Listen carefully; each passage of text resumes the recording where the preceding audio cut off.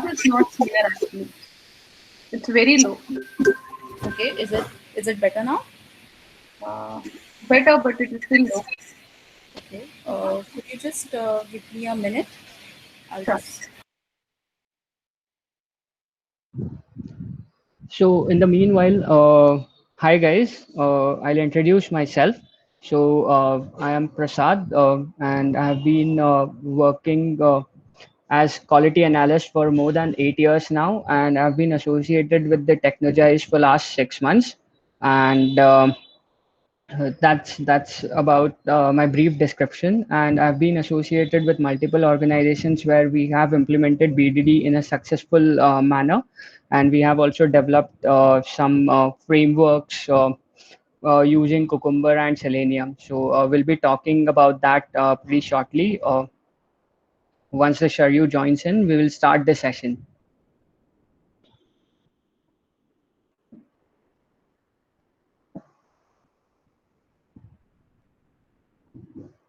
Is it? Hello? Yes, Sharyu. I guess Shari, you can just Start? speak a little louder. Yeah, that will be better. Yeah, okay. So good morning, everyone. Apologies for the network issues and all. So my name is Sharil Zadav, and I work as a quality analyst. Uh, I have overall 3 years of experience, and I'm working with Technogize since past 1 year. So yeah, that's about me.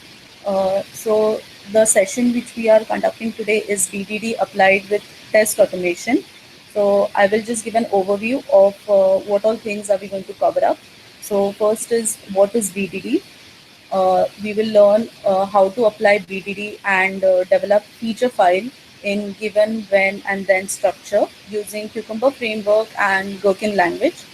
We will also apply Cucumber framework knowledge with Java step implementation to automate web actions with Selenium.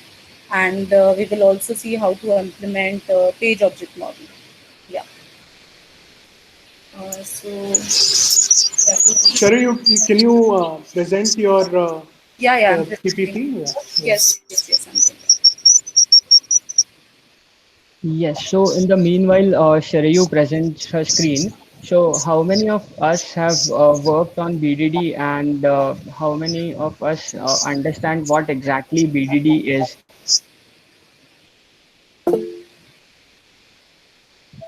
Okay, okay, Nagesh. So can you please explain about what you know, and can you just give all a brief about what is BDD? Yes, so we have implemented BDD for one of the biggest insurance carrier. So what we do, we write requirements in behavior driven, that is in Gherkin's language. So given when then, so let's see, given that I am a agent, I want to create a account so that I can sell a policy, something like that, and then we will use multiple the and statement where we require. So all this and this is purely a development technique. It's not testing technique. It's development, behavior driven development, and we can use it for our test automation testing framework, or automation testing also. And we have used Gherkins as well as SpecFlow, and in one of my previous projects. So this is what we have done. I have personally, on personal level, I have also did it in Cucumber. So that is for learning purpose, but on project I have never implemented that. Okay, okay, fair enough, fair enough. So does anyone else have any idea about BDD, and how is it different from TDD? Hey, hi Prasad, this is Basically, Nikhil here. this is Rakesh. So basically, this TDD we may miss some of the business edge cases. So this is kind of a three amigos technique where PO or Dev or Q came onto a single place and try to understand from one single standpoint of view, share their views, so that we can cover all the business cases there. Okay, so this BDD helps us to cover all the business cases, and it's a clear like discussions and through discussions we'll come to a point, and this is what expected for the thing to make it success. So that's why BDD came into picture. Whereas TDD is like we can still write the test and cover it, but we are not pretty much sure whether we have covered all the scenarios or not. But whereas in BDD, since we are discussing coordination between the people, so we'll try to cover all the scenarios, and rest all things comes into the picture, whether it is Gherkin, Cucumber, or any other BDD is coming into picture in later stage. But on the first stage, we are here to discuss and get all the business edge cases, so all the cases will be covered. Okay. Okay. Fair Hey, enough. hi, Likit here, Prasad. Yeah. Hi, Likit. Hey, hi, Prasad. So actually, I had one question. Mm-hmm. Like TDD, is behavioral driven development also starts from scratch, where you have not written any piece of code. You write a test, that test fails, and then you go on writing test until it gets passed. Uh, you asked a very valid question. So basically, we will come to that part in the next in the process of this our course. So basically, to start off with, as Likit said, in TDD, what we do is we write a test for a particular functionality, and which will be failing at first, and then we write a code and make sure that all the written tests for that particular functionality is passing. So that is a way, or that is an approach that we take while taking the while developing the software while developing the software. So similarly, it is an extension to TDD where we actually, instead of writing test on a particular functionality or a method that we write, we actually write a test for checking the entire behavior under a given condition. Okay, so in this scenario, as Rakesh mentioned, that it is kind of a three amigos, and where everybody will be talking and collaborating for a particular behavior of the system, and then we will write a test which will fail, and then once the developers develops the code, then those tests will start passing. So this is a similar extension to TDD. So the basic difference that we need to understand here is, so generally what comes up to everybody's mind is BDD is nothing but Cucumber, and we can use it only for automation. So basically it is not like that. It is actually a process that we use while developing the software, so that everybody is on the same page while developing the software. So that's the basic difference between BDD and TDD. So do you guys have any questions about this? Like, Can I pitch in? My name is Shiva here. yeah, sure. Yeah, sure. I just want to add what Nagesh, Rakesh, and Prasad said, and I just want to clarify to Likit that the test driven, whichever you said, is a process of the test driven, maybe acceptance test driven and behavior driven. These are the testing processes, though. And as you said, the test driven, we write in the initial stages to make sure that the test is failed. Okay, and the actual code implementation starts once we write the scripting level. Okay, when we start developing the code, actual code, and we refactor it. But the same test driven will be implemented in the behavior driven at the stage of development. Okay, as we write the scenarios, the feature. Okay, but though which is written in a given when and then formats, but actual TDD comes within the behavior driven at the stage of development, where the test driven development will be taking place at that stage before it being deployed to the actually being deployed. That I just want to add that point. Yeah. Right. Thanks, Shiva. So should we just move on with what exactly is BDD and what are the benefits of the BDD on that part? So Sharayu, maybe you can go on to the next slide and Yeah. So yeah, what is BDD? So BDD was introduced first by Don North in 2006. So it is basically where we encourage collaboration between everyone who is involved in developing software. So it will be the developers, the QAs, the product owners, and the business analysts. So our aim here is to create a shared understanding of how an application should behave by discovering new feature based on concrete examples. So as we had a lot of discussion over BDD and TDD, so BDD is nothing but just a branch of TDD, and we often have misunderstood, BDD amongst developers, QAs, or even BAs for that matter. We have anybody heard saying that we use the BDD in our project, but when we actually check it out, it turns out to be that we are just using a tool which supports BDD approach, but we are not actually following the concept. So have anybody of you faced these issues? Yeah, it's Okay. like quite often this happens, but it's Yeah. very difficult to even convince at one point unless all Exactly. three comes into coordination. Yeah, that's a valid point. Exactly. And then we have people arguing about tools all the time, and not the idea that was actually inspired, that actually inspired creation of these tools, right?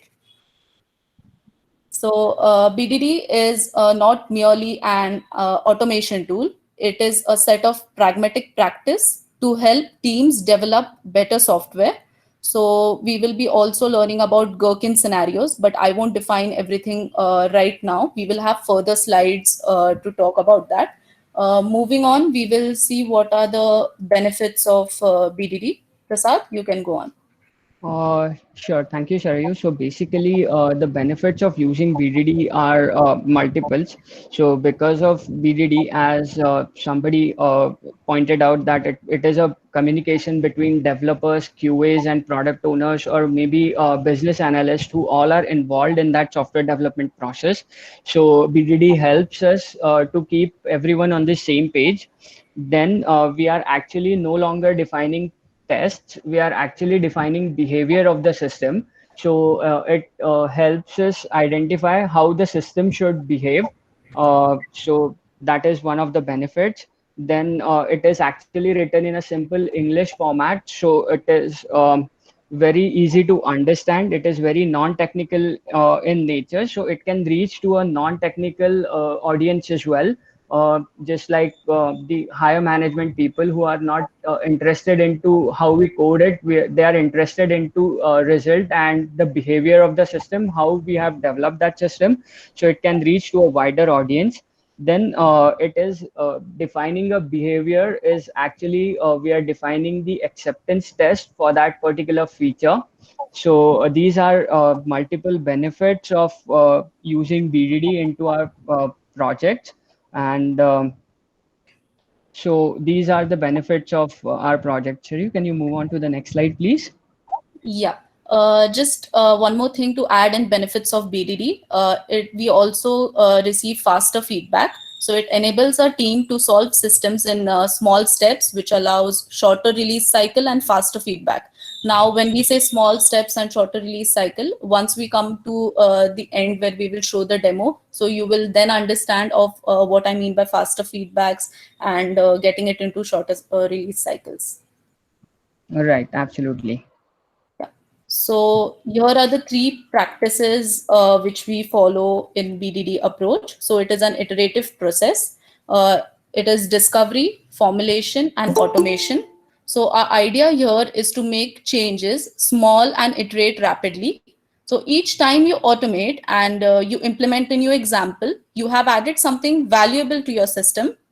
Over the time, you will see that the documented examples actually turn out to become an asset that enables your team to continue confidently and rapidly make changes to the system. So the code which we write, it reflects the documentation, and the documentation reflects the entire team's shared understanding over the problem domain. Yeah. So before moving on to the next slide, Prasad, you can add your points if you have any for these. And after that, I would also like to ask the audience of how many of you actually follow these three practices. Yes, and if anybody has any questions, they can ask up till now about what is BDD and what are the benefits of BDD. Yeah, absolutely. And even if not questions, even if you have to share anything, in case we have missed any points and you think that your points would be valuable, please jump in and share your points. Yeah, one question, to the participants, I would just say that, if you think it's going fast, you can, inform as well that, it's going a little fast. If you want us to slow down, we could do that as well. You can put that information on the chat as well. That's also fine. All right. Please do not hesitate to ask questions.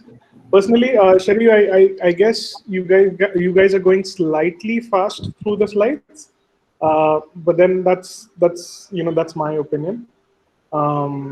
As long as people are getting the gist of it, it should be fine. Sure. Thanks, Do Mike, people for have the any feedback. doubts on this particular? Do people have any doubts on this particular three practices slide?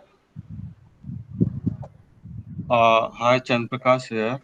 I don't have doubt on this, but I just want to link from the current approaches that we follow. Like we follow the agile-based approach, the sprint-based approach, and like typical top-down approach. Like what we usually do is like after writing the finishing of the development task, then we started with this. The problem we face is like sometimes like the task is not clear. Like sometimes you have to do the analysis, research also, and post that like after like set of iterations in the sprint, then you realize that okay, now this feature is set. So like in general, like when you should start this BDD in these cases, you should start at Uh, the later stage or from the beginning side. Right. That's a very valid question. So that's what we are trying to spread the awareness about when actually we should implement BDD into our projects. So it should start when we actually do the planning for our feature files. So basically, when we follow agile methodology, we have a ceremony called Three Amigos. So in this Three Amigos, whenever we are done with planning and our business analyst is done with writing down the tickets for developers to develop, then one person from development team, one person from the QA team, and the business analyst or the product owner then should sit together, then identify the basic requirement that that particular ticket is going to perform or that particular feature is going to do, and then divide it further with the example. So in and once everything is done, then only we should take that ticket into development, and then only we will be able to say that it is we are following a BDD. So basically, what Chandrasekhar said was it's a very common practice. So what people think is when you write feature file into our automation, we are actually following a BDD. But so to be very honest, that is not the way that this approach should be followed. So we should do the Three Amigos session, get it divided into scenarios, get it automated, and then we should start the actual development for that particular feature. So unless and until that feature is not clear, we should not take that into development process.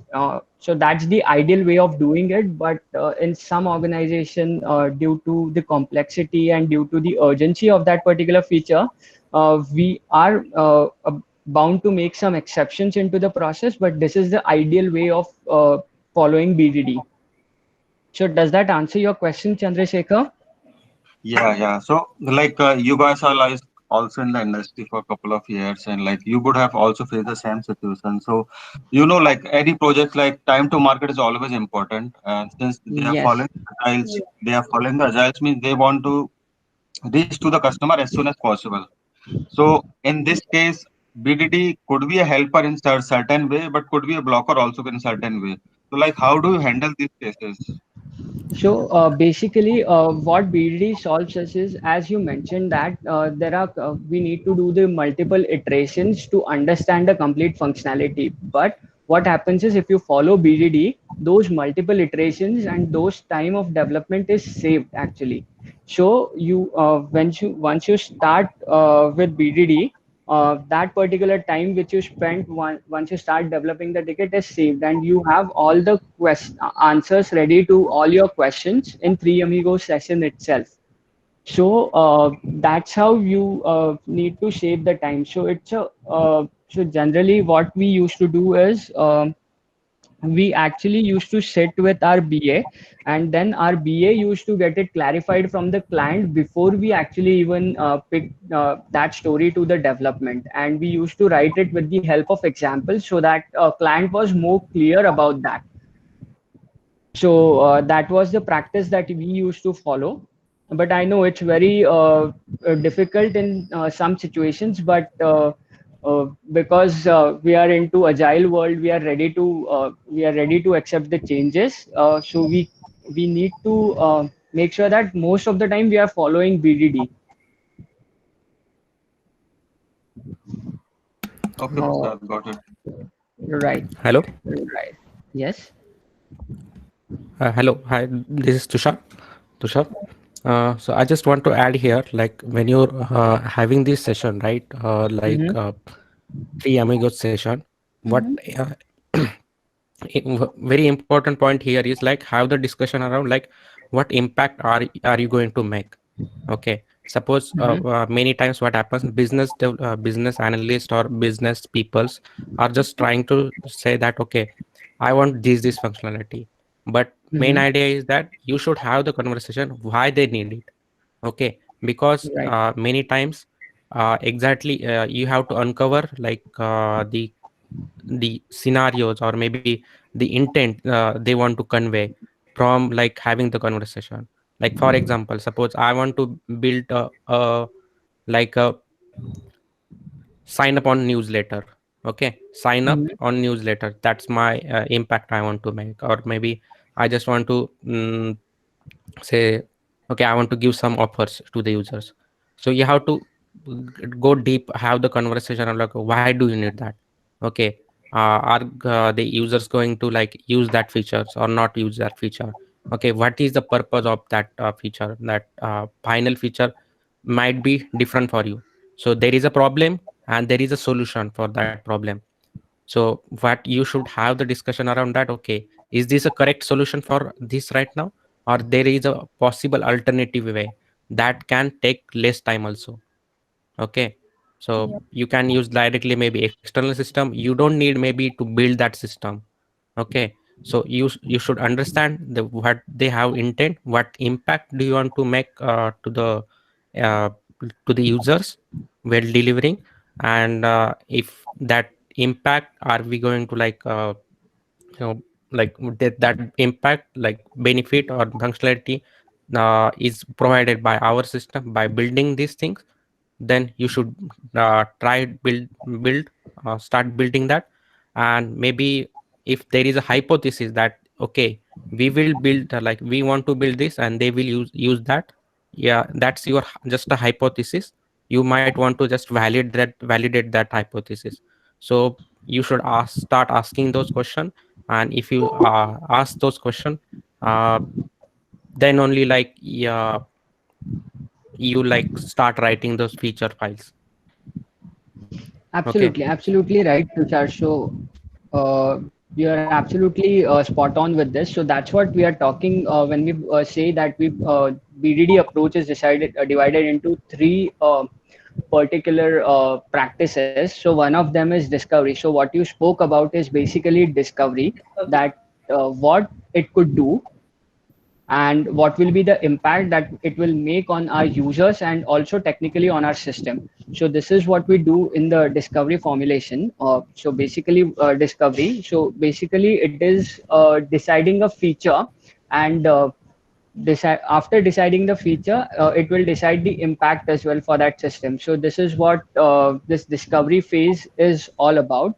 So as you said that once we are done identifying the feature and what is the impact and uh, what is the desired behavior of that particular feature, we can write it down in as a user I want to subscribe to a newsletter so that I can receive the information or the promotions that are going around for my for the subscription that I've made. So in this feature, so in this particular format, we can write down our features, and once these features are written, we move to the next practice of BDD. So that is nothing but formulation. Then formulation is basically it says what it should do. So in this formulation process is termed as three amigos, where every party will involved in the software development cycle will be involved, and then on that particular feature we'll give some example, take some examples, and divide that particular feature in multiple scenarios. So once this multiple scenarios are basically identified with examples, it makes everyone very clear about how this feature should behave, and this will help.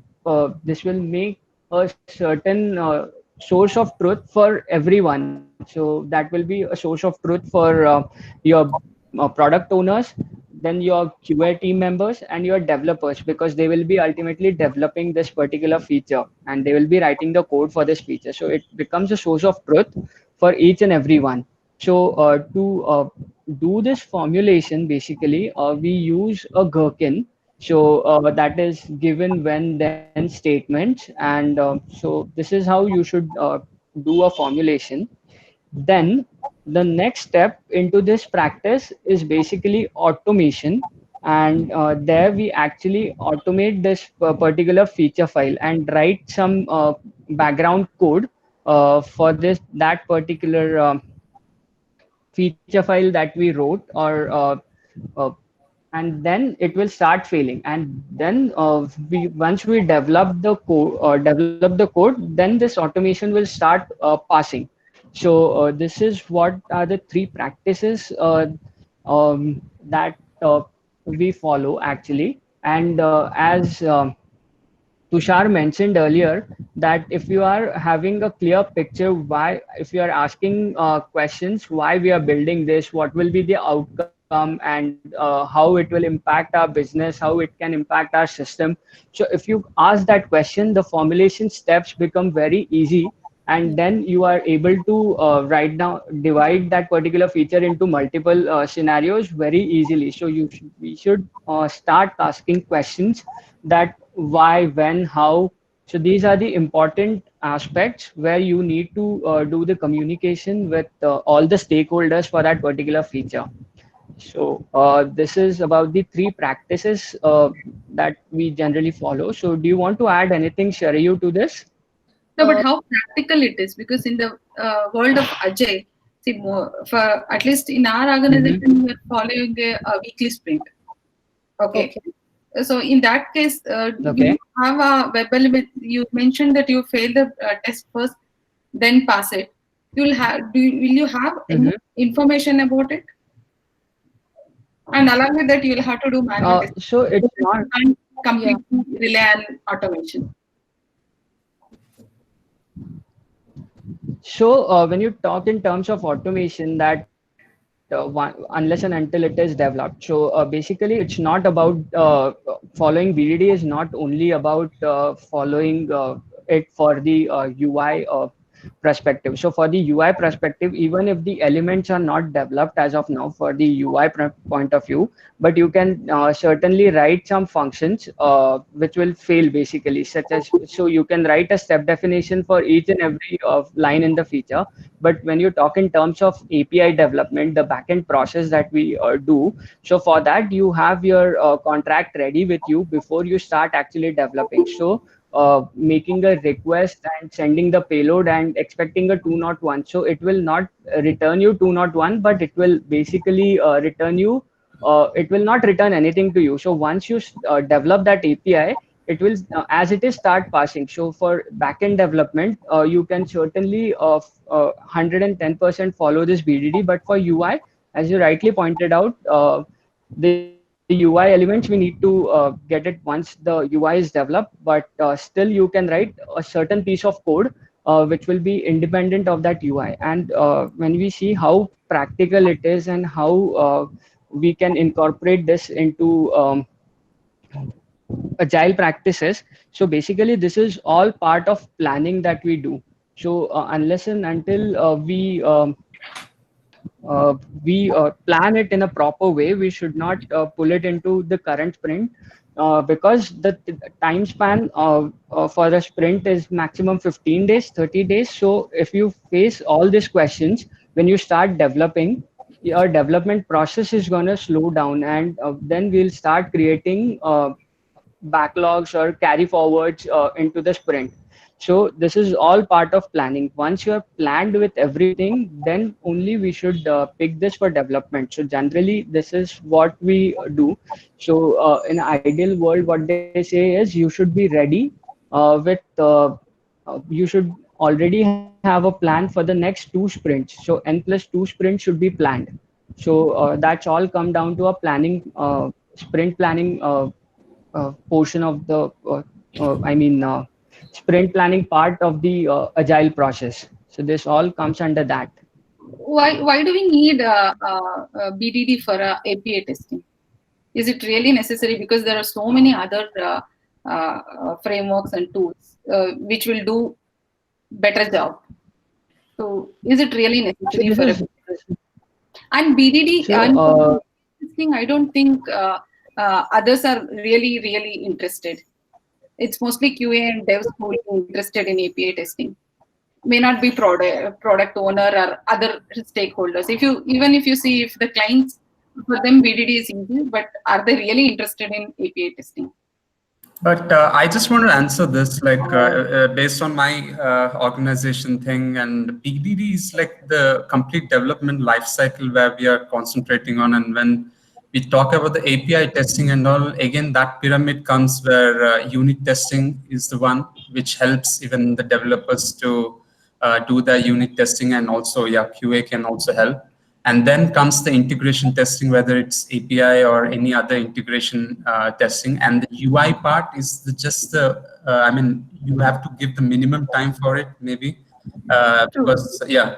So I feel that BDD in its software development lifecycle, in that viewpoint, it's really helpful. And then API testing and all, it's a different story based on the pyramid which you follow in your organization, yeah.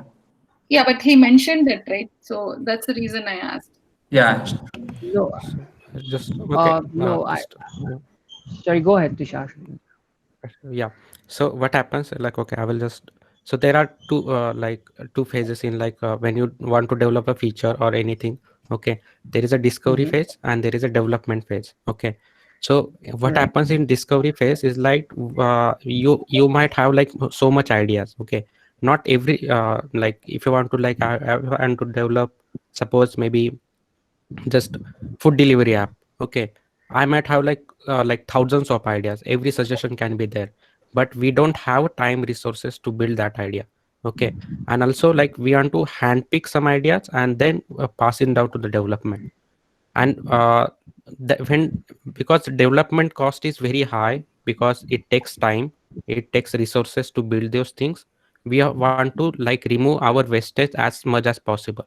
Okay, what BDD provides us is the way to have the conversation, talk about like what is being like we want to make the impact. So before like going to the BD, like when you are writing the feature file, right, there is a previous step involved in that BDD steps. That is about talking about the business goal. You talk about okay, what I want to make. I want to make like increase my sales by like maybe 30% by end of this month. Okay, that's my business goal. Okay, how do I achieve it? That's we will like drill down to like we don't need to like okay just provide the features. It's not how do. It's about like there is an output. Output is like how many stories you are delivering, and there is outcome. Outcome is the how the users lives gets affected. Okay, you want to minimize your outputs as much as possible and maximize your outcome.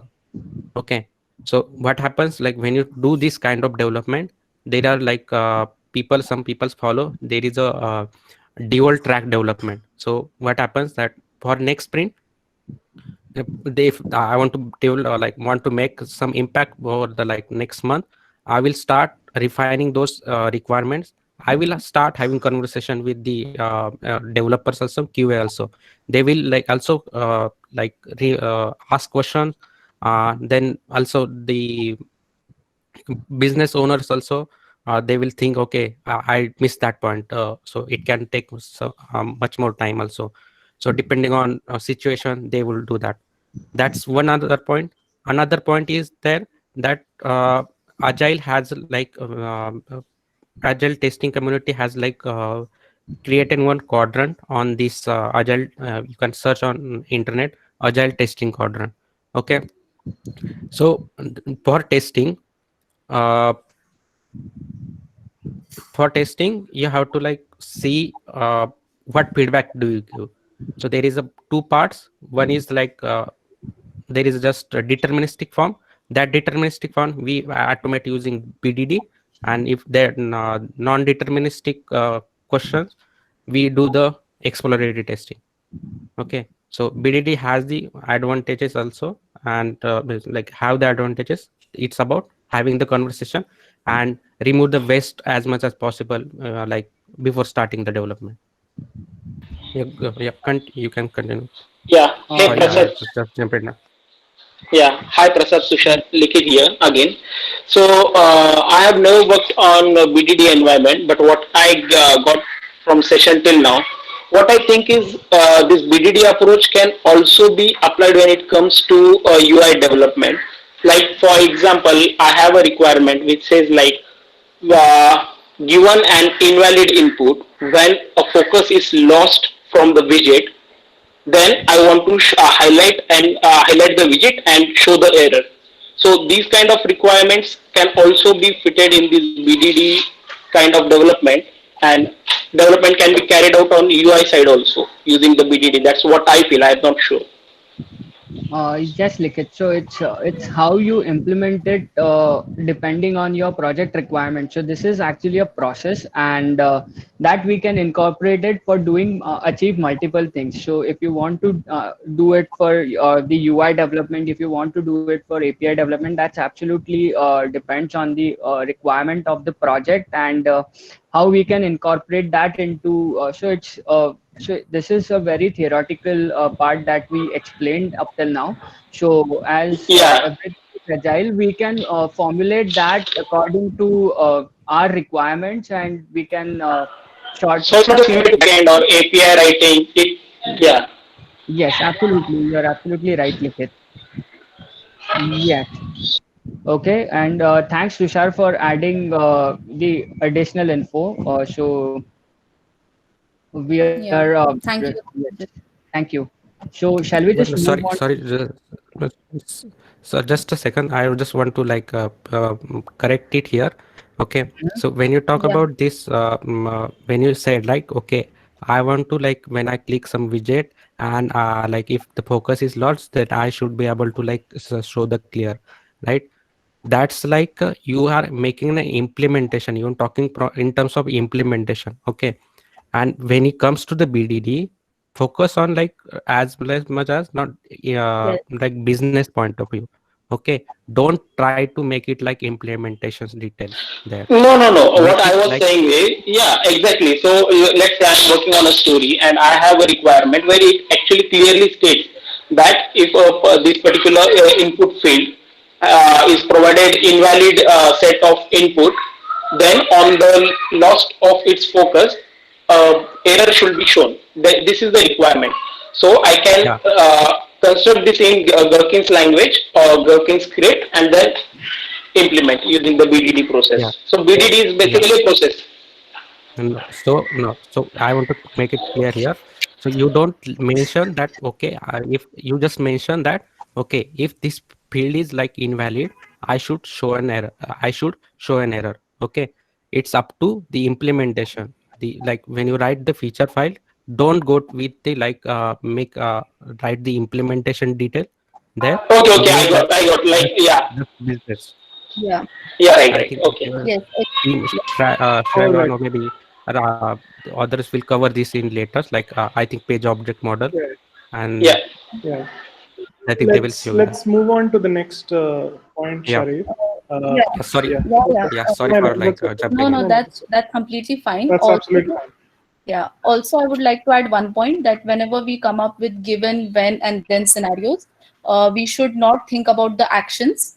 Like the example was of UI, so that I click on here. So it should not be based on the actions, but on the scenario and the behavior of how it is going to behave. So to make it more clear, you can think about it like as a bug report. So, for example, if I have to report a bug to reproduce it, so I will be giving some preconditions for it that will come in my given. Then when will be the action of what should I do, and then could be the expected outcome which I want. So having it into actions and then having a behavior are two separate things. We will clear it out more in our further slides. Also, coming back to formulation, there was one point where I just forgot the name, but there was someone who said that I get a feature and then we have questions then while developing. So I would like to say you can use example mapping, which we always do it in formulation. So it is basically we get a story for every story which we have got from the discovery. So every story will have a number of rules which defines the scope, and each rule will have multiple set of examples which will make actual boundaries and behavior of the rule clear. So there could be questions out there which will be unanswered, and few will be some assumptions made, but we do it continuously until the group is satisfied with the scope and clear about it. Yeah. Right. Okay. So shall we just move on? Yeah, move on to the next slide. Yeah. Yeah. Just to add on to you guys, like Prasad and Sheryu, Yeah. basically the behavior driven is being introduced into industry to make the business people involved into the development, like more the business people understand Right. what exactly is happening, right? So it's Right. mainly focused on the business people to get involved and understand what exactly the development team is doing it. As you said, it's an approach towards doing the practice, right? Okay, whether it's in coding or whether we are doing it as testing side or the development side, it's entirely we are focusing the behavior driven to make sure the stakeholders are understanding the requirements and what we written in the features. That's the reason it's called it's behavior driven is very English, like very simple English. Any person who comes with the on board, they can read it, understand it, what exactly happening. So that's where the behavior driven being introduced into the market, into the industry, so that the stakeholders are priority for us to make sure the stakeholders are being understood with the implementation. That's entirely the behavior driven. Now that I don't think it comes to whether we are doing unit testing, integration, or API testing. It's entirely focused on the stakeholders and to make sure this is understandable between the communication and increase more communication between the development team. It doesn't mean development team means only the developers. That's a wrong assumption as well in the market. Development teams means it's a combined effort of testers and the UI, UX and the team. Okay, the business side and the development side, they comes into the picture and integrate it. That's the reason we use this more often.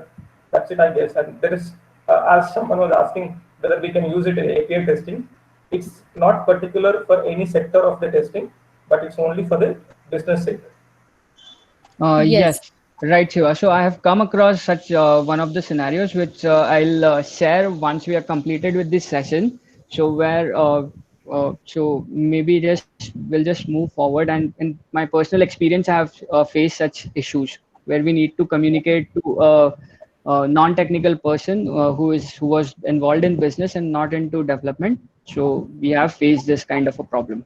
So okay. Let's move on to the next slide. We're really sorry that got our slide discussions very long, but we'll try to move ahead now. So So these are the tools. Maybe you want to talk about this, Sharyu? Yeah, sure. Okay. The BDD tools. So first comes Cucumber. So Cucumber is a tool that supports BDD, and it offers a way where we could write a test that anyone can understand, regardless their technical knowledge. It explains the behavior of an application in a simple English text using Gherkin language. So, Cucumber is a very popular tool because, firstly, it is an open source. It is free to use. It supports multiple languages like Java, Ruby, C Sharp, and it integrates easily with Selenium, and it is most widely used.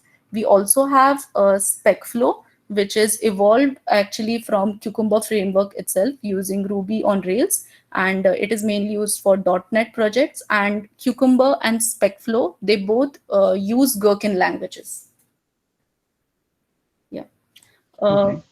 Yeah. One more thing before we go on, we have questions for automation and UI testing. So in BDD approach, the first two phases of discovery and formulation are the most important phases. Automation is just like, I would say, it is just a cherry on a cake. It is optional. So either you do it or you don't do it. But the first two stages are the important ones for BDD approach.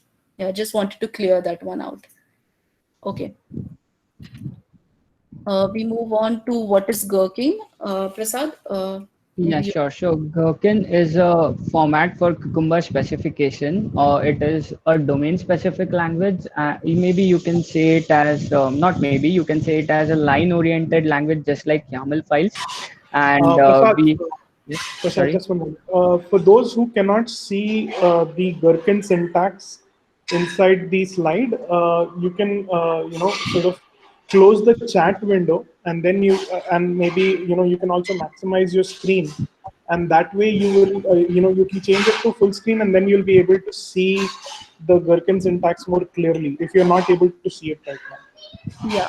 And even if you cannot see it right now, there's nothing to worry because we will be having a demo shortly, and I will be explaining it again. Okay, sure. So basically, Gherkins is nothing but a line-oriented language like YAML, and it uses given, when, then as feature as the keywords which Cucumber or any other tool that we use to automate will understand. So there are some important terms which are used in Gherkin language. So Sharyu, can you move on to the next slide? And Yeah. yes, so go ahead, Sharyu. Yeah. So here comes the important terms which we use in Gherkins. So let's talk about it one by one in detail. So first is the feature keyword. So the purpose of the feature keyword here is to provide high level description of a software feature. And this is the primary keyword in the Gherkin document, which we will see while I show you the demo. And you write it this way. So you have F capital as shown in feature with double colon, and then you add a short text that describes that feature. If you want, you can also add more description to it under the feature, but and these descriptions will be ignored by the Cucumber when we actually execute it, but you will always find these in the reports. Okay, so next is background. So occasionally, whenever we write any scenario, we must have observed that we find ourselves repeating the same steps in the scenario. So since it is repeated in each scenario, it clearly indicates that these are the incidental details, and that's why we have a background. So background is something which allows you to add some context to the scenario, and it always runs before each scenario, and but after the before hook. Now what is a before hook is something I will explain shortly again. Next is the scenario keyword. It is just a title for the acceptance test, which describes our example shortly. Coming back to the given keyword. So given keyword is used to put the system in a known state before the user. So here we always state our preconditions, and it is okay to have multiple given conditions. So there would be a case where if you have multiple given conditions, then after first given keyword, the next given conditions for that we will be using the and keyword or but keyword. But the but keyword is used for mostly negative assertions, which comes after then.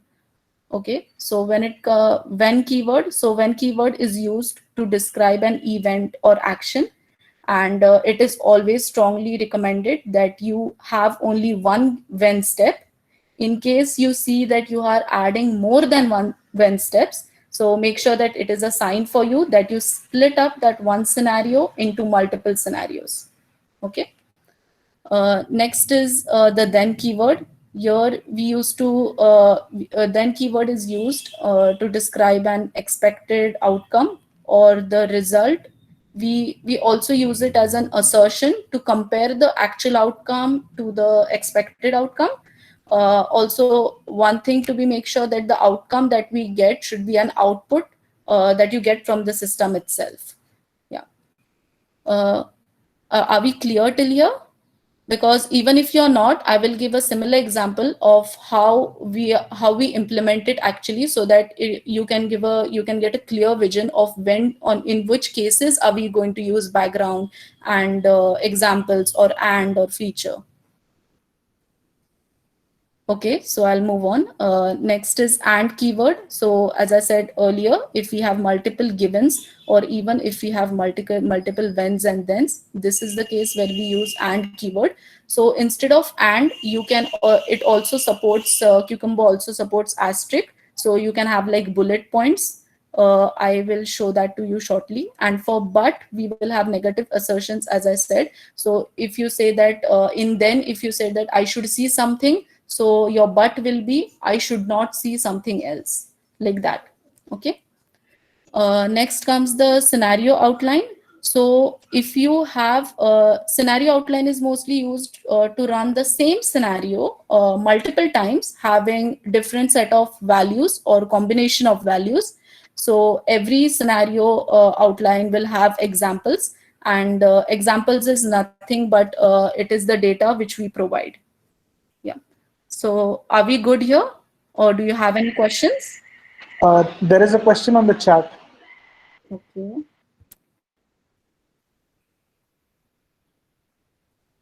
So I had something called rule keyword in Gherkin recently. Is there any info about it, about rule?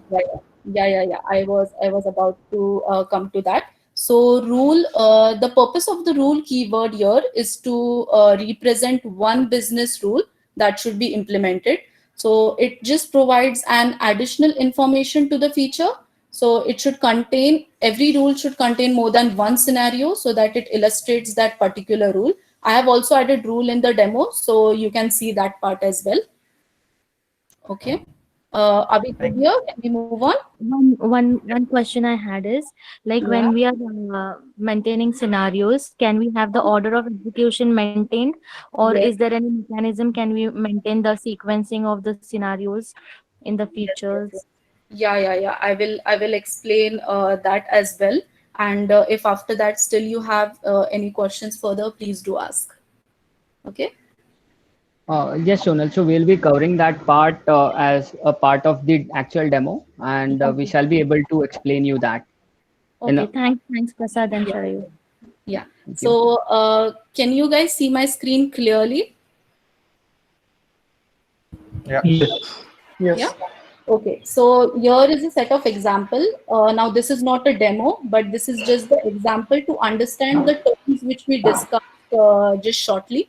So first we have feature, and we have a short description for it. That is to post a blog. And as we saw in the discovery slide, we have the same format over here where we have, as a customer, I want to post informative blogs so that I can share what I'm doing and I want to raise my profile. You can also have acceptance criteria like I have shown below.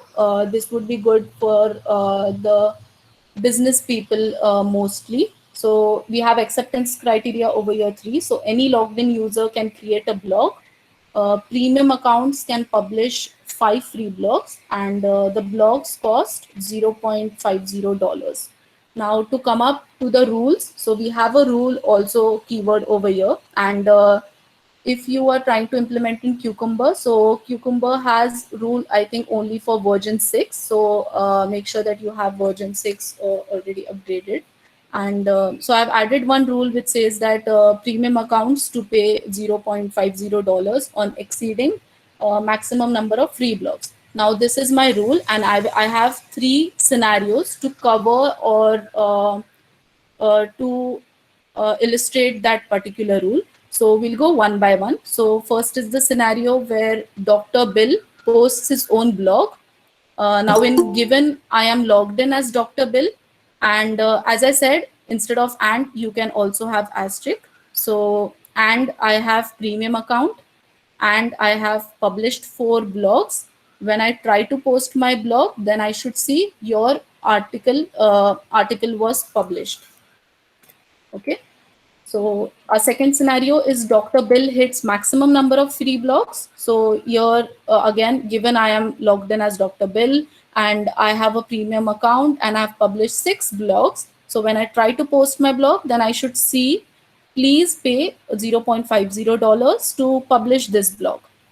And coming back to a third scenario is Dr. Bill pays for the blog now. So given I am logged in as Dr. Bill and I have premium account and I've paid $0.50 for a blog, when I try to post my blog, then I should see your article was published and my account was updated. So I will give a 2 minutes, 1 minute time for you to go through these 3 scenarios. So could you please identify and tell me which are the common steps that you see in these scenarios?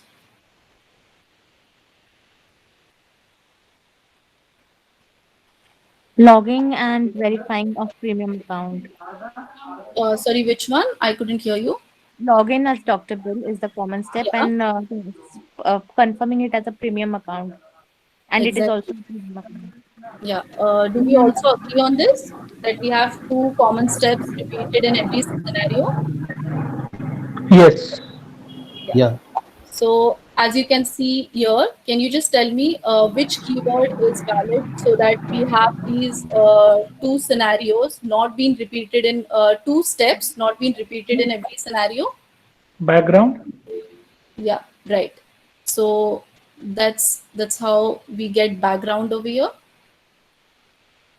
So now we have a background which has covered these 2 scenarios, these 2 steps. So as we know, whenever we execute, whenever we run the file, the first thing which will run is the background and then the individual scenario. So before every scenario, background is something which is going to be executed. Okay, are we clear till here? One question here is like the background will be executed for every scenario. It is one-time activity. Yes. So even before executing this scenario, your background will execute first. Then coming back to this scenario, your background will again execute first. And for third scenario, again, your background will execute first. So we have this because if you see in the previous feature, you had these 2 steps already in the scenario, right? So and it is going to do the same thing. So even if you run individual scenario, it is always going to run the given and you have a premium account, right? So the same thing we do it here, but we have just made it more readable that we have a background which will execute first before we execute any of these 3 scenarios. Okay, so are we? Is there like we can do it only once or something like that in future demo? Yeah, I will. In one, as in, I didn't get you. I just want to means, is it possible that I can execute the background only once and continue the scenarios, or it's like background is considered to be executed by after every scenario or before Yes. every scenario? Yes. When you add any steps in background, it will execute before every scenario. If you do not want it, then you just simply add it in the individual scenarios. Okay. Okay. Thanks. Yeah.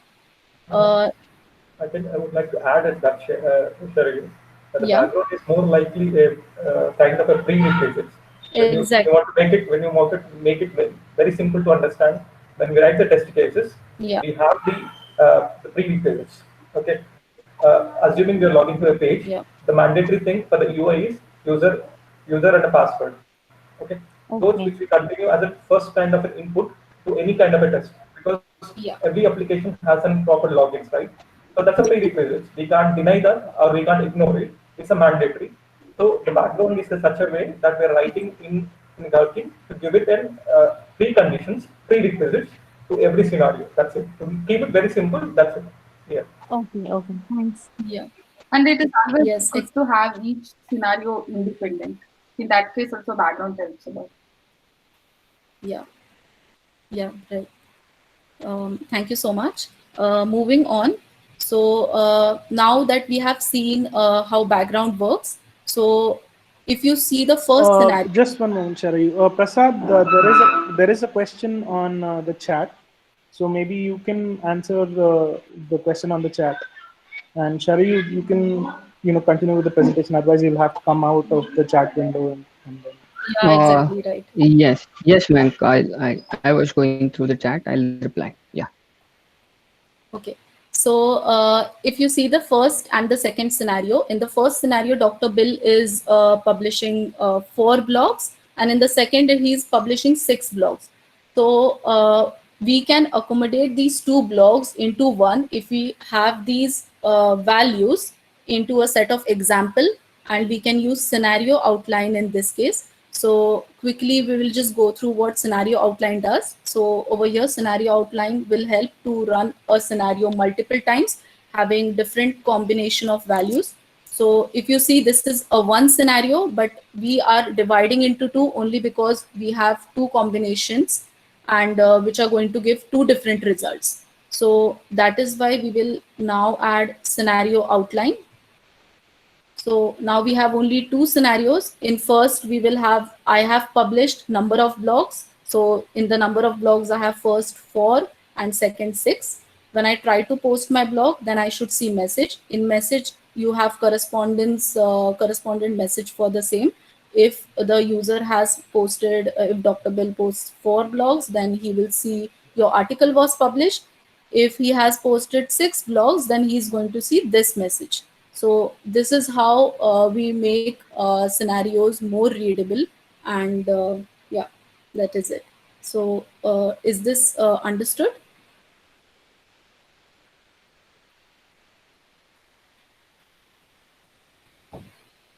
Okay. So in all, we have 3 scenarios now. In all. So we have we have 2 scenarios now. 2 scenarios. Yeah, we have 2 scenarios because in the first case we had 3 scenarios, but these 3 we combined into one using scenario outline and had these examples set over here. Okay, yeah. And Yeah. this So is this part is of the the way we syntax, will your pipe symbols, and this is part of the syntax. Yes, right. Okay, This is how the syntax should be. Yeah, thank you. Yeah. So if I understand correctly, with the scenario outline, can I have different data passed to the same scenario and test, right? Yeah. You can have Yes, combination Sonal. the way you want in examples, right? So that is why we have data tables. So I will explain you one more feature which we have for demo.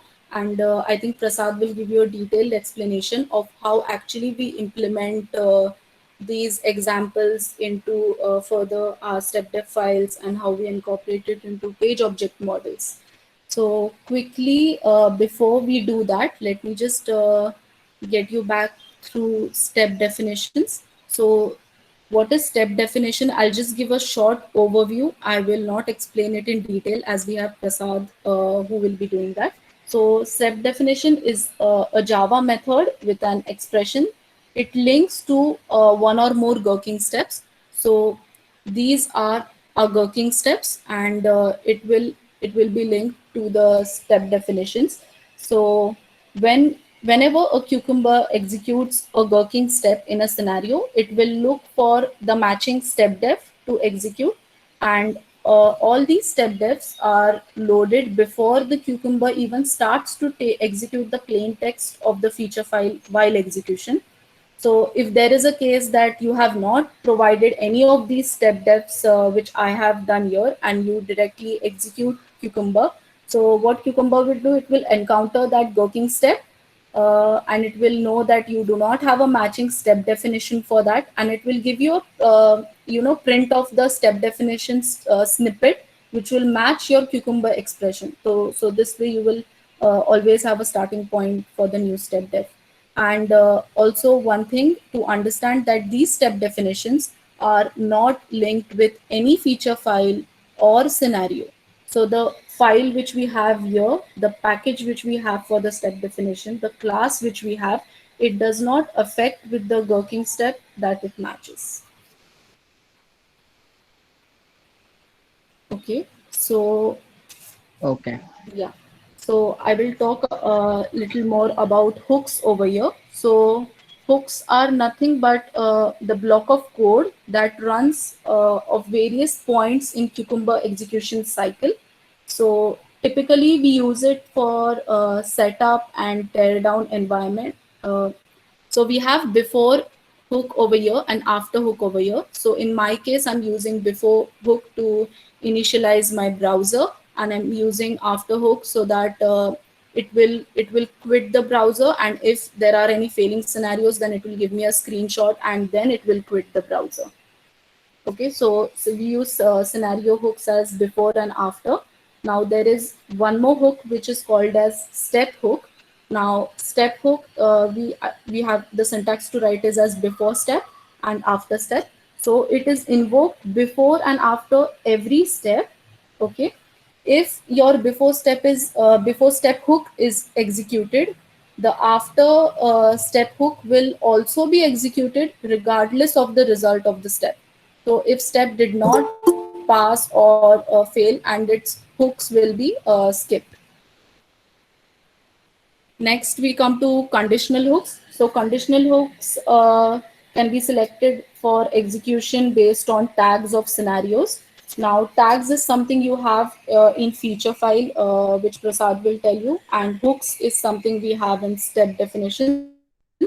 So to run a particular hook only for a certain scenario, if you want, so you can associate a before or after hook. So over here, my before hook is that I want to execute this tag before I do something, any code if I have. So before executing this particular piece of code, I want fly one tag to be executed first. Now these tags is something we apply over here. For every scenario, we will have a tag. So there could be a case that in a feature, we will have more than 5 or 10 scenarios. And if you have to execute only one of those scenarios, so tags are going to save your life for that. So hooks is something incorporated with tags. So before you execute something, you will have tags before tag to be executed. And if you have something that I want to, after this, I want to execute this and not this, so you can use conditional hooks for this as well. Yeah. So Yes, yeah, thanks I to am you. So, so Sonal, what you were asking is whether now. I can execute. Sorry, you go ahead. No. Please go ahead. Yes, so Sonal, what you are asking is whether I can run a particular like background for a particular scenario only, and it should not be executed for other scenarios in that feature file. So in this scenario, you can use these kind of conditional hooks, so that only for that particular scenario, your some steps would be executed. But however, as the name of this particular process is behavioral driven development, and as we all have been discussing that it is to bridge the gap between non-technical and technical people, we generally do only browser initializations or data creations that we do by doing some database connectivity. That kind of activity should only be coming under hooks, and rest everything such as login or any other user flows that should come under background. So you that we need to we need to make sure that we should not put any behavior under hooks, because these hooks are not visible to a non-technical person. So it is advisable to avoid hooks for doing any behavioral kind of a step. True. Yes, Prasad, that's clear. I just wanted to know that how are you using the given and then using these hooks? Uh, so you cannot execute given when then using this hook. So this is before and after. So this is a pure Java code or any Yeah. language that we are using. So that is this code. So you cannot like associate your feature file steps into the Yes. hooks. Exactly. So how Mm. you will be now in future coming demo, you will be showing me how to control it to a feature file, right? Yes, so we will be Okay. doing that as a part of next slide, next in next 5 minutes or so. Okay, so this is what we wanted to add about the hooks. So now we have taken up one example. So where what we are doing is we want to automate a flow where a user goes on a clear trip site, search a flight from Pune to Chennai on a given date, and we do the assertion that user is able to see the flight listings. Okay, so this is a simple scenario that we want to automate. So so before And showing that, let me just, okay, sorry, go ahead. I just want to say that this is one single scenario which we have in three different ways. So these are the three different ways you can write one single scenario. You can just have a look at it. Uh, I think Prasad, you can right. share So are your you guys? yeah. eh, Yes. So are you guys able to see my screen? Yes, Prasad. Yes. So basically, this is a scenario that we have taken. So as we mentioned earlier, to automate this, we have used Cucumber as well as Java to automate this. And also we have followed page object model as a design pattern for this particular example, and used Gradle as a build tool for this particular example. So let me just walk you through from the initial setup for the Cucumber as well. So the first is we are using basically build as a build tool as a Gradle. So once you install Gradle, you will have this build.gradle file, and in this you need to add certain dependencies. So these are the Cucumber dependencies that we require. Okay, so if you go on Maven Central, you will be able to find a similar XML for this particular dependencies in XML format. So you can use Maven as well. Then we need a Gherkin version. So that is this dependency. Then you will need Selenium. So for the Selenium, we are using this dependency. And the last one is basically for the extent report that we are using for this particular example. So these are the few dependencies that you need to add into your Gradle, and then run this dependency so that all the necessary jars will be available for the for executing this particular example. Now, once you're done setting up your Cucumber, what you need to do is basically we have three important aspects while we write a code using Cucumber. The first one is your feature files. The next one is your step definition, and the third one is basically your test runner class. So these are the three important things of for Cucumber to run. Then we have used a page object model for development of this particular example. So basically, how many of you aware of page object model design pattern? Uh, so that accordingly I can give the explanation about page object model.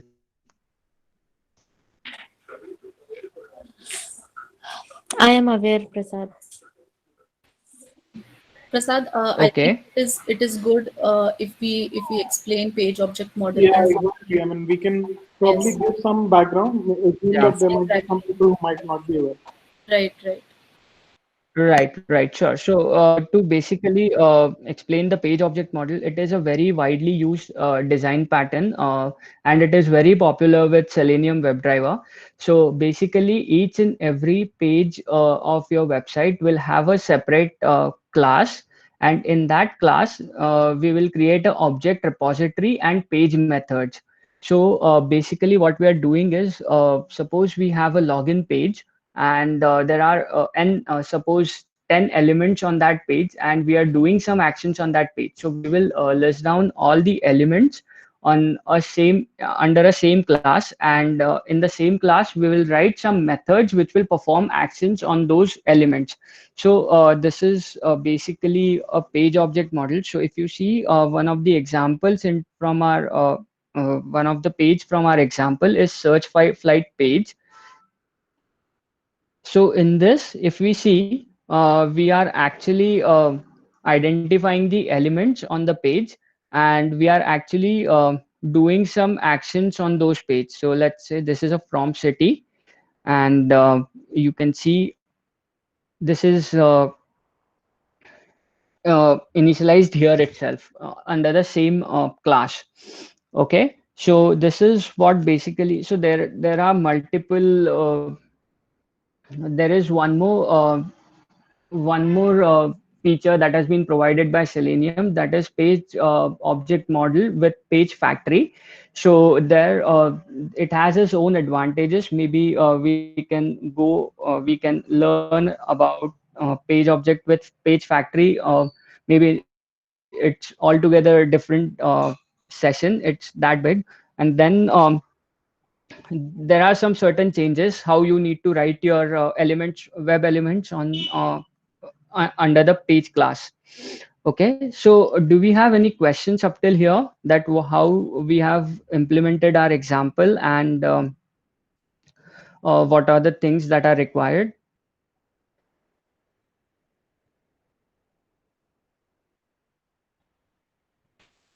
Prasad, you can go ahead. Hello, am I audible to you all? Yeah, Yeah, you okay, all right. Okay, Liquid has something to okay, say. so We'll just wait for him.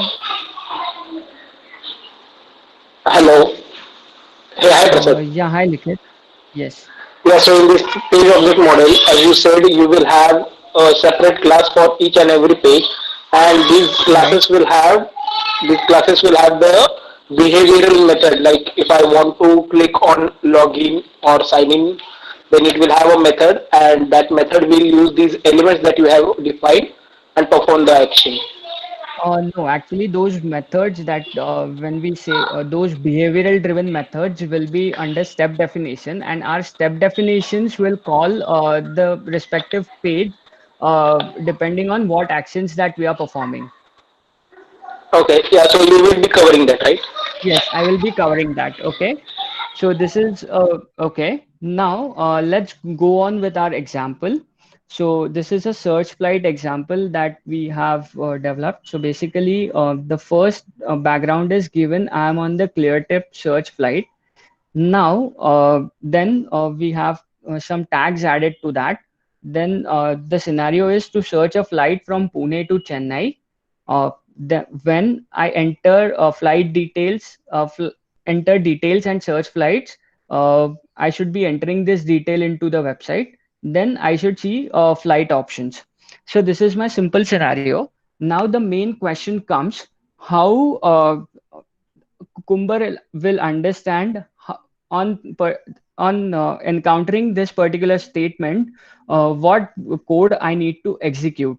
So for that, we have step definitions. Basically, when you go under this particular statement, you will see it is a when tag, and whatever thing that you have written into feature file, that exactly comes as it is here. And under that we have a method which is I enter details and search flights. And as we are passing some data table, we are passing a test data into that particular function. Now, what I'll do is I'll basically call a flight search function from my page, which we have already written. So in this, if I go under flight search, then this is how we are passing the data. And these are some actions that we are doing. And these are some assertions that we are doing. Okay. So this is how the page object model flow will work. So does that clear your doubt, Likit? Yeah, it clears. Okay, so similarly, we have written step definitions for each and every statement in feature file. Now, the next part that we want to cover is the test runner One class. question, Prasad. Yeah, sure. Prasad, Go can ahead, you go to Sonal. the feature file that you were showing for that flight? Yeah, so here Mm-hmm. somewhere, for example, in flight 2, you have mentioned the scenario outline and passed the data. Whereas in first Mm-hmm. scenario, you have just mentioned scenario. In scenario also, we can pass these details without giving it as a scenario outline. Is it okay or So yes, so basically these are the three types in which you can pass your data actually. So you can okay? use any one of this option while writing your scripts, while writing your feature Okay, files, sorry. Yeah, right. okay, Okay. sorry. My Whichever bad. you Yes. think is, I think, better for your particular scenario, you can go ahead with those. So Okay, this is okay. the reason why we listed three types is so that you guys are aware that apart from the first scenario, there are two other types as well, due to which you can also pass your data. Yeah, yeah. No, actually, I think with the scenario outline, it is more of assessment. Mm. But the data which is given in when, it is mostly like passing the data. See, Yeah, exactly. yeah. I was comfortable with the second, like passing it in when and the last one, but this is something new. Yeah, that's nice. Yeah. Yes. Yeah. So passing in data as like this, it makes your step like when statement a bit longer. So that is not advisable because it makes your feature file looks longer and very too much information to read about a particular step. So that is basically used when you have only one or two variables that you need to pass. But if you have multiple variables that you need to pass, maybe you can use a data table in that scenario. Okay, and Yes. in the one scenario, you are just passing this departure city, arrival city as a parameters in the when, right? And then using it in script. Right, right. So what Okay. happens is if you use in this format, if you want to execute this scenario for multiple data set, you need to write a different scenario again and again. But if you pass it in here, so if you want to add a new scenario here, you just enter the values into data table, and it will execute with two times with the different set of data. Yes, yes, got it, got it. Thank you. Okay. Yes. Okay. So we'll move forward to a runner class, which is basically this. So we have created a runner class, QRunner. So this is a standard format that we uh, use in Cucumber for running our tests. So basically run with Cucumber class. This is a common line. Then we have Cucumber options. So basically in this options we can pass multiple things as which feature we need to run, what is the location of the step definition, then some reporting, some tags and all that stuff. So let me just explain how you can pass the feature files that you need to run. So in this you have a features is equal to the location of your feature file. So we have given search flight dot feature. If you want to run entire file into this, you can just simply add dot star and it will run all the files. Now, if you want to create a test suite, you can create multiple runner files with the features for that particular test suite that we need to run. So for smoke suite, if you need to run a set of feature files, you can divide it accordingly as well. Or else there is one more way to do it, which is basically tags. So in this, we can pass multiple tags. So if I've mentioned that it will run only this particular tag and it will not run any other tags into that particular feature file. So we have these tags mentioned here. Okay. And if you don't mention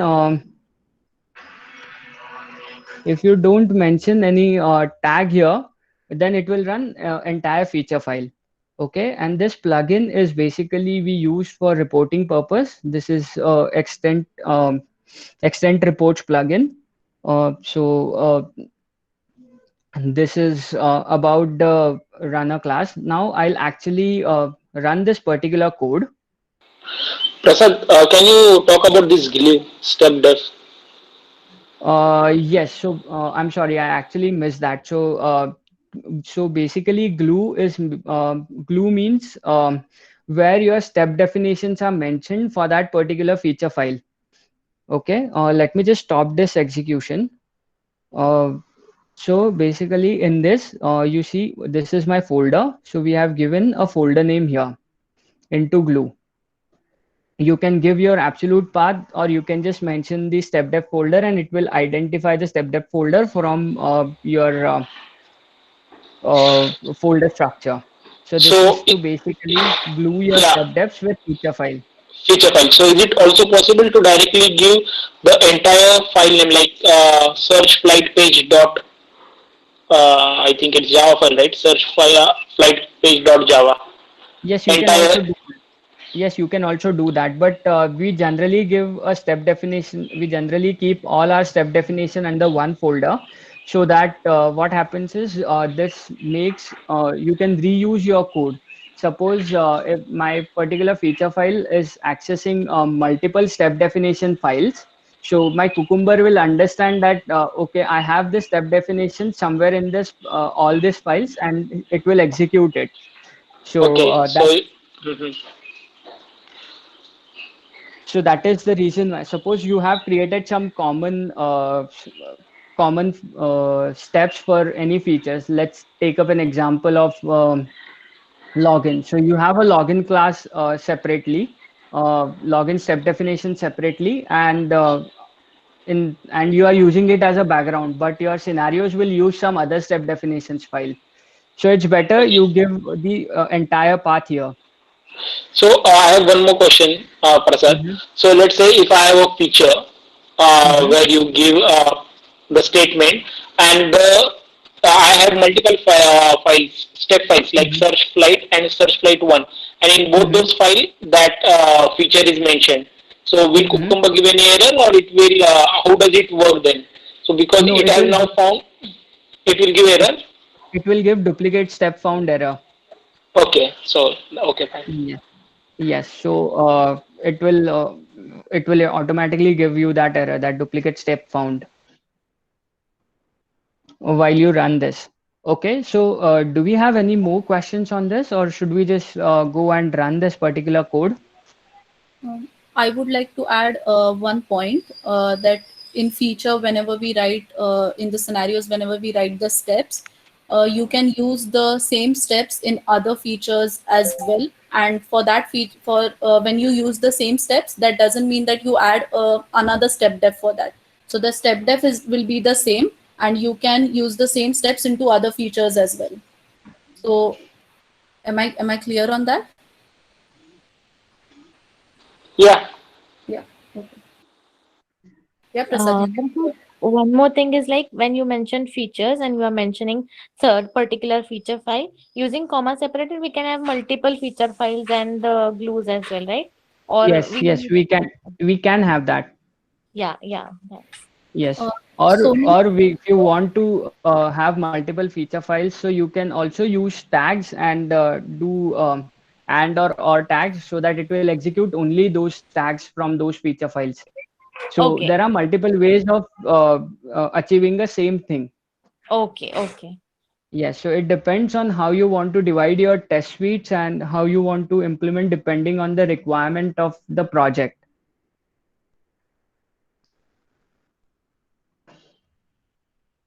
Hello, am I audible? Yeah, Prasad, you're audible. Yeah. You can Oh, continue. okay. Okay, sure. So let me just try and execute this particular feature. So you need to just run this Qk runner. Now it will execute only a flight tag. It launched the browser.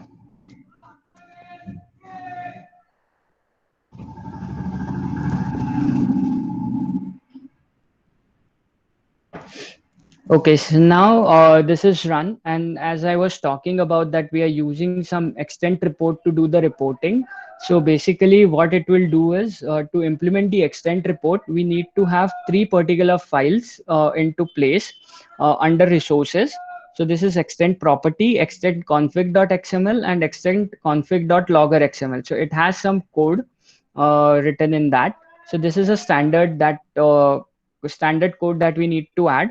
So once you include these files and include this plugin, you will be able to see test reports under build, reports, test, and under test, you will see index.html.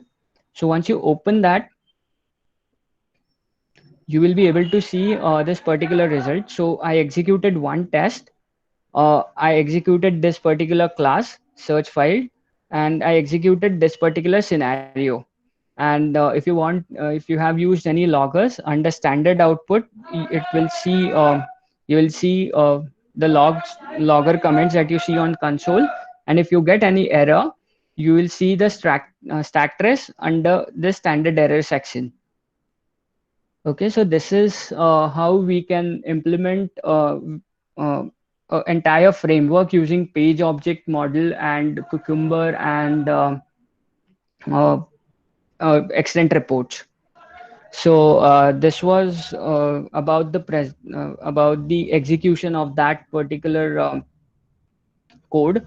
So do we have any questions up till now?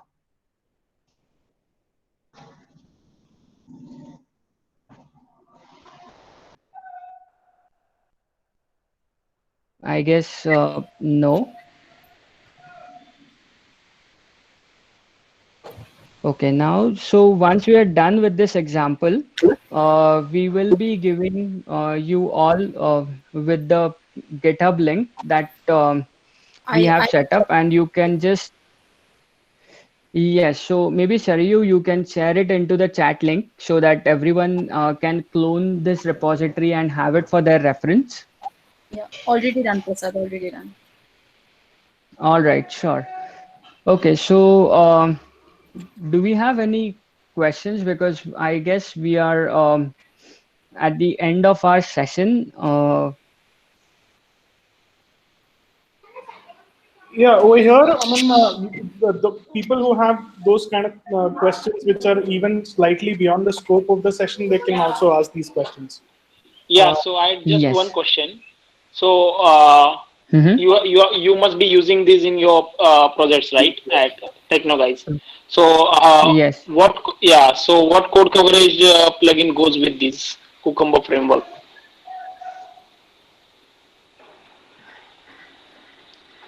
Okay. So basically, this is exactly as the Selenium framework, any of other Selenium framework that you guys use. So when you talk in terms of code coverage, you can add your dependencies into the Gradle, and it will give you the same coverage that your existing Selenium framework gives. Okay, so all the code coverage plugins that go with Selenium can be used with this Yes, Cucumber. exactly. Yes, so basically what we are doing is it's just that Cucumber is a framework that we are using on top of Selenium to make the reports and everything readable. Prasad, correct me if I'm wrong. Like it is just like Mm-hmm. any Okay. SNG or JUnit that you are integrating with Selenium, and you have the code coverages will be an independent entity that you'll be adding into Selenium framework, just as you are adding Yes, TestNG, JUnit or Cucumber. Yes, exactly. That is absolutely true. So, whatever build tool that you're using, currently we are using Gradle. So you just can add your dependency for code coverage tool and start using it. Hi, Chandraprakash here again.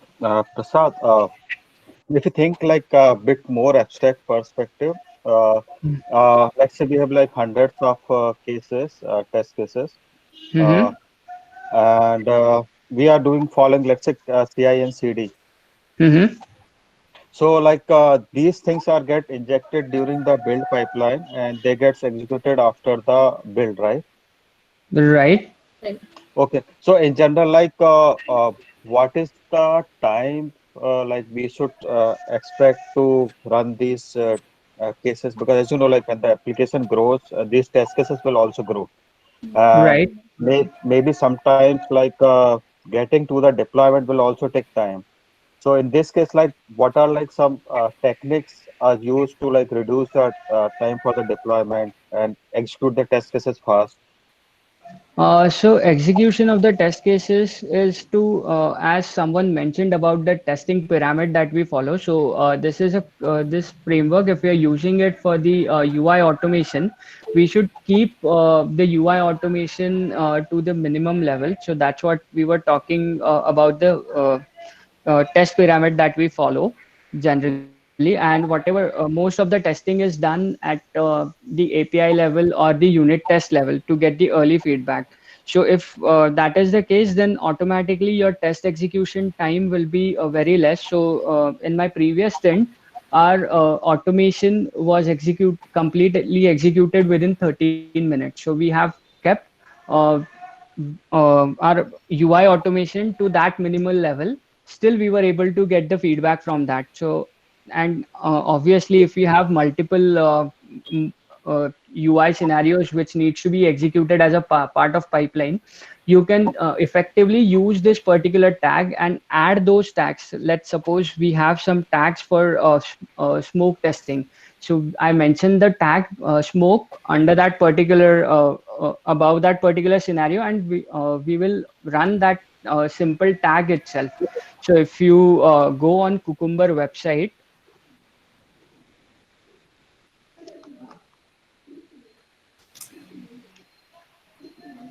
you can pass it as a command line argument as well. Those tags as command line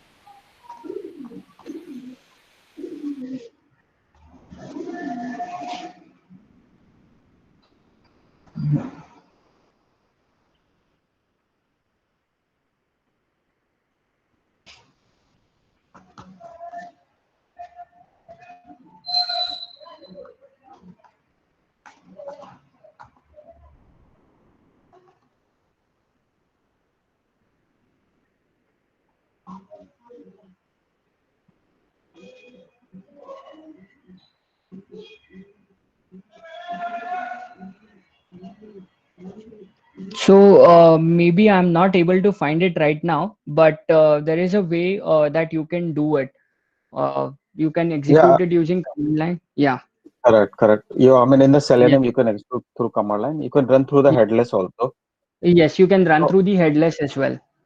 okay, okay, that's fine. One more thing, like I want to ask, because currently we are focusing on the like functionality based things, whereas like all the stakeholders are involved, BA, product owner, and the Mm-hmm. developers. So it Mm-hmm. means like something is common between them, like every information is clear to them.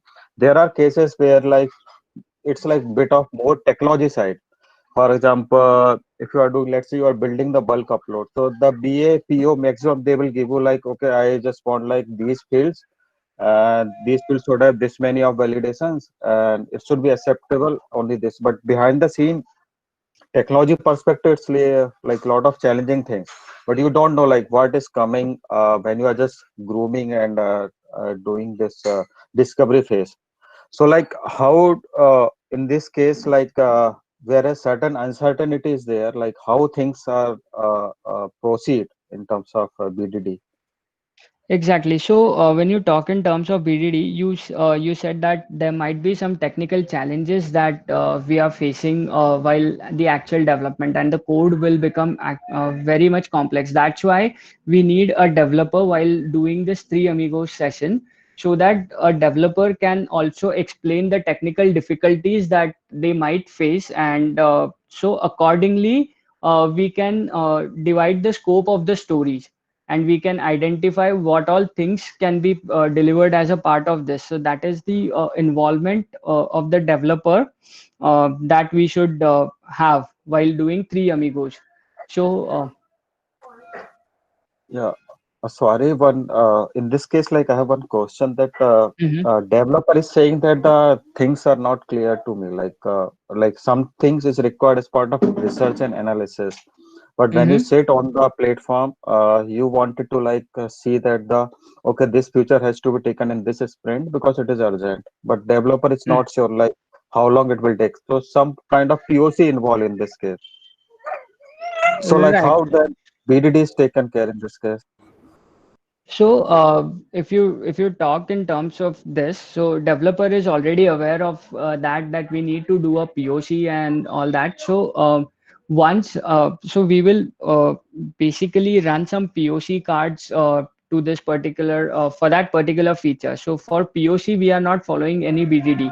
So BDD comes after you are done with POC, and we are very certain that now this will work and I can take this up into development. So that's where you can divide it into scenarios. So if you're not sure that I'm not sure, okay, will I be able to build it technically or not? So in that scenario, you cannot make that feature is as urgent, right? Because you will say to a product owner, look, I need to do some POC on this, and then we can tell you the exact estimate and exact scenarios of this particular feature. Yeah, got it, Prasad. Thanks. Right, right. Prasad, one question. Sorry, I may be asking too much. Uh, the question That's is okay, like, Sonal. Yeah. I was actually I have come with POC for my own learning with Mm-hmm. BDD Cucumber itself.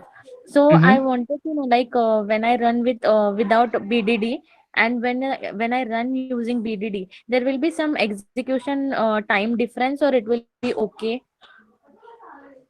Apart from the process, like if I want to go with BDD and I want to Mm-hmm. justify it will take less time to execute and it will not be taking more time. In that case, what is the performance difference, or it is normal, or it is okay? Actually, when you do UI automation, basically performance it depends on the external factors as such as your Not exactly performance of that, just the execution time. Like for example, I have 30 scenarios only. Since Mhm. we are considering the pyramid, we'll automate only the UI tests. So there are say Right. 30 end-to-end scenarios that I automate. So Mm-hmm. 30 unit tests if I run without BDD, and 30 tests if I run with BDD. So see, because analyzing failures is easy with BDD, that is what my personal like input will be, because you Right. don't have to go to the code. From the scenario failure only you get to know. But Right. when you are trying to convey it to your management or maybe the something, so in that case they ask about the execution time. So I'm not that much played or done a lot of projects in that, so wanted to know from you. Even I'm really sorry. I have also not done any of this kind because Prasad, can I go ahead?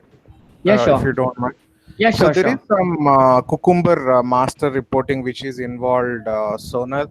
So once you implement that Cucumber master reporting integrated with Cucumber, right? So Mhm. it gives a beautiful metrics of future coverage, Yeah, step coverage, execution time of the step, and how yeah, much this tags took time. So every metric there is a beautiful pie charts, execution yeah, times, trends, exceptions.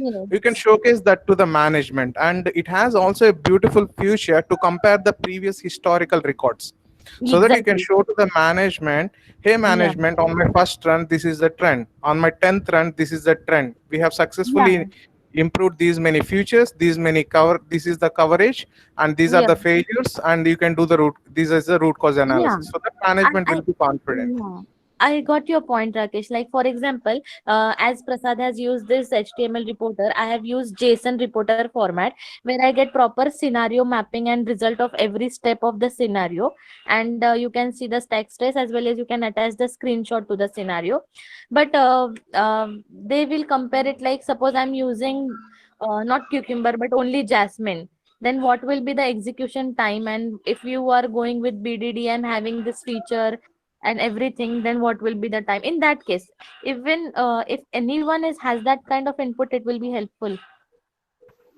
I think, Sonal, to add what is already Rakesh explained, see here the execution time is not determined, or we can't judge on what kind of implementation we are using it.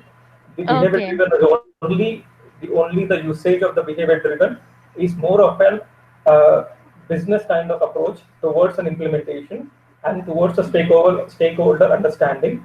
And the execution time will not, as such, with my experience, you can't really determine which is fast and which is slow, right? Yeah. Yeah, agreed. So that's the thing that you can only pitch in that why behavior driven is used to say that simple terms and simple layman terms. That's it's only the approach as a business approach which we are using. Agreed. That's it.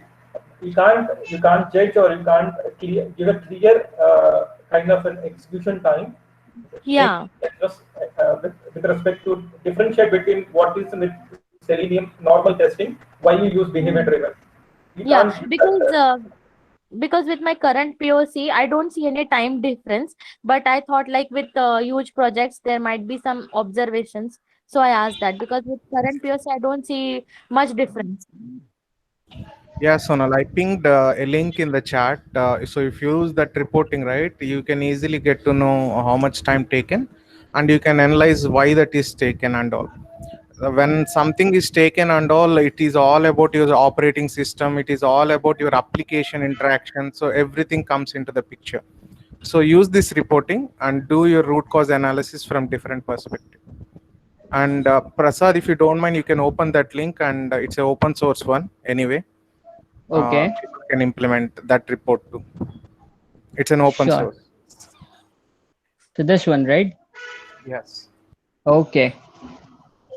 It's a GitHub one. You can follow the instructions which are there in there. Easily, they have mentioned each and everything. If you scroll down a little bit, there are images as well. Scroll down. Yeah. Right. Very nice reporting with future level execution time level reports. You can easily use it.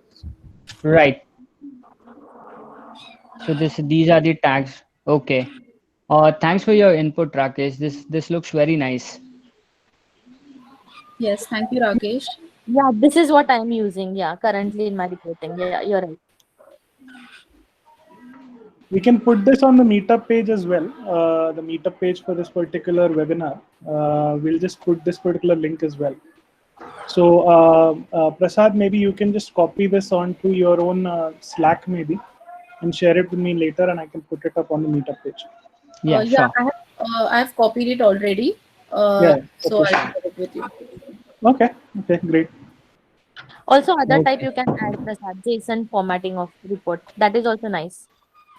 Yes, so there are multiple ways of reporting this particular. So Cucumber also provides some inbuilt JSON reports, and then you can incorporate it into your HTML, and you can design your own HTML reports as well out of this particular JSON format. So there are multiple ways of doing it. Yes, true.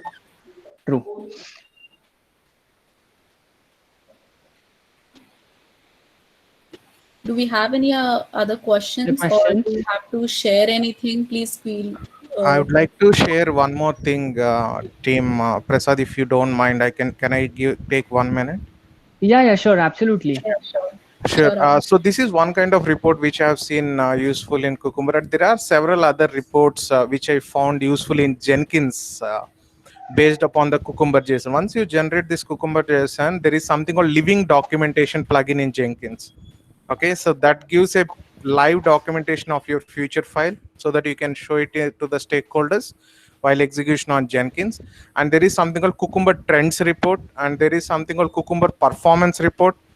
Okay, so please take a note of all these plugins. Very, very useful when you are implementing a CI/CD pipeline. Living documentation, trends, performance reports. Thank you, Prasad. Yes, living documentation. Cucumber Trends report.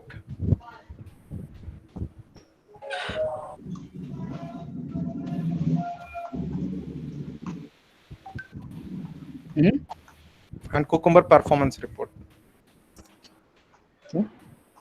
Okay, thank you. Thanks for your input, Rakesh. Thank you, Rakesh. Thank you, Prasad, Sharayu. That was really helpful. One thing that I wanted to ask, because this is Sunil, you have a question? Yes, but sorry to interrupt you. So you mentioned about performance report also. So actually, so I'm very new to BDD actually. So I just wanted to check, even if we are writing some performance test using JMeter and all, so can we implement this BDD over there also? Sharayu, you can answer that maybe. Sorry, could you please come again, Sunil? Yeah, my question is, see, I do performance testing using JMeter. Okay. So I wanted to check if this BDD can be implemented for that, including the kind of reports you had, like Rakesh and Prasad had mentioned. So if we can use this BDD approach there and generate some meaningful reports for our tests. Yes, I think you can do that if it is suitable for your project, and if you think that BDD would help in this case to give you a proper data output from it, then you can go ahead with it. So it's completely dependent on what your project is about. Yes, so there is a plugin, JMeter Cucumber, which is available, and I'll share the link into chat. So just a minute. So you can use it for JMeter as well. Just a Great. minute, okay? Thank you so much. This session is really helpful overall to get a very good idea about BDD Cucumber and many other features. And thanks to Rakesh and everyone actually. No, in fact, we need to thank Mayank Srivastava for organizing this meetup. He is carefully looking into the questions also in the chat. That was a great thing which Mayank was Very doing well there. managed, Mayank and team, everyone actually. Yeah, Thanks, Mayank and Prasad and Sharayu team. Yeah. I've seen so many meetups, but this meetup you can see very, very practical. They have used literally the code and literally they have shown each and every step. I'm pretty much impressed. They have covered the rule keyword also, which is newly implemented. So they are going through each and every latest and greatest feature of Cucumber, it seems. Thank you, Mayank. Thank you, Sharayu and Prasad. And especially thanks for Rakesh, for your valuable inputs and for sharing your knowledge. Thank you so much for that. Thank you. To add to Sunil's question, I have pasted a link for JMeter Cucumber into this meeting's chat, and you can go through that. It's a GitHub link. Prasad. Yeah. Yeah. Okay. Thank you for your valuable feedback, Rakesh. Yeah. Thanks so much, everyone. You can put your feedback on the Meetup channel as well. That will be very helpful. We'll be putting up this video on our YouTube channel, definitely. Meanwhile, and we'll also share this on LinkedIn. So thanks so much again. Your feedback, anything that we can improve on will be very useful to have so that we can continue, doing a better job of this. Yeah. All right. Thank you, Mayank. Thank you, Prasad and Sharayu. Nice. Okay. Thanks. Thank you. Bye. Thank you. you. Thank you, Sunil. Thank you, Mayank. Thank you, Sharayu and Prasad. Yeah. Thanks for your valuable inputs. Thank you. Prasad, can you stop sharing your screen? Yes.